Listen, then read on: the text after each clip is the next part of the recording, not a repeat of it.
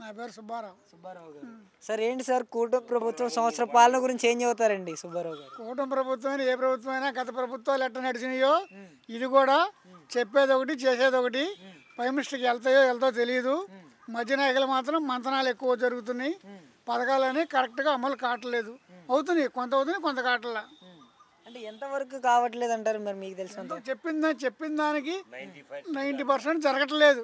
95% కావట్లా.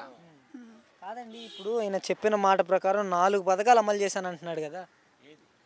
4 చేసినా చెప్పడం వరకే, చేయటం వరకు వచ్చేవారికి అది వేరే రకంగా ఉంటుంది. అంటే ఇప్పుడు చెప్పాడు ఈయన 4 పథకాలు అంటే రైతు సీటు కోసం చెప్పాలండి. చెప్పాం, చేస్తాం, చూస్తూ చేస్తూ ఉంటాం అంటారు, అంతే జరుగుతుంది. అంటే గెలిచేదాకా ఒక మాట, గెలిచినాక ఒక మాట. ఎవరు రాజకీయం ఎవరు చెప్పినా అంతే.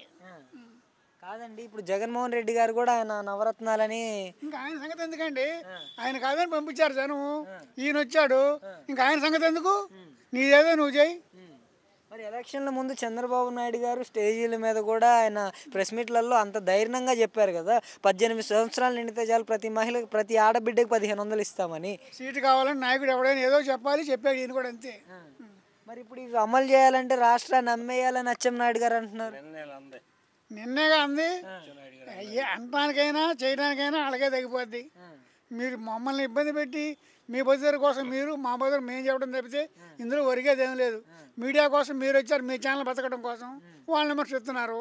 మేము కూడా మా పథకాల కోసం మేము విమర్శిస్తున్నాం, అంతేగాని జరిగేది ఏం లేదు. చేస్తానన్న వాటి గురించే కదా మనం అడుగుతుంది, మనమేం సొంతగా అడగట్లేదు కదా వాళ్ళని. చేస్తానన్నారు, చేస్తానంటే అదే పట్టుకు మీరు ఊగలకూడదు, మేము ఊగులాడకూడదు, ఇంకా 2 కోసం ఊగులాడుతున్నాం. అంటే సంవత్సర కాలం వ్యవధి పూర్తి అయిపోయింది, సంవత్సరం పథకాలన్నీ వచ్చాయి. మరి మీకు 5 ఏళ్ళు ఉందండి, చేస్తాడు, చేసిందా కాదు. నీకంత అడావుడు ఎందుకు? అలా కాదండి, ఈ సంవత్సరం కల్పిస్తారంటారా మాట ప్రకారం? ఎవరిచ్చారట ఈ నిత్తానికి?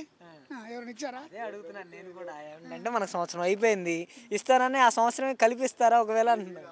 ఇప్పుడు మీరైనా నేనైనా మనం జీవనం కోసం ఏ పార్టీలు ఎవడుంటే వాడిని ఎత్తిపొడిచి ఎగబడి ఏమి ఇస్తాడో మాకు అనేవాడే, కానీ మనం ఏం చేసామో ఎవడు ఆలోచించటల్లా. ఇంకా కరెంట్ బిల్లుల సంగతి ఏంటంటారు మరి?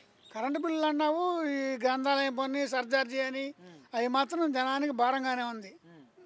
అంటే ఏంటంటారు పెరిగాయంట? మనకు కాలేజీ ఒక 50 యూనిట్లు అనుకో, వాడు 100 యూనిట్లు ఛార్జీ పడిపోతుంది వీడికి. 100 యూనిట్లు అంటే 60% ఎక్కువ పడిపోతుంది. సర్చారీలు ఎక్కువ వేస్తున్నారు. సర్చారీ అంటే మరి అందు బిల్లులో ఉన్న మెయింటెనెన్స్ ఎవడు మీటర్ కాడ రావట్లా చూడట్లా, కానీ బిల్లు మాత్రం పడిపోతుంది. అలా అయిపోయింది పరిస్థితి.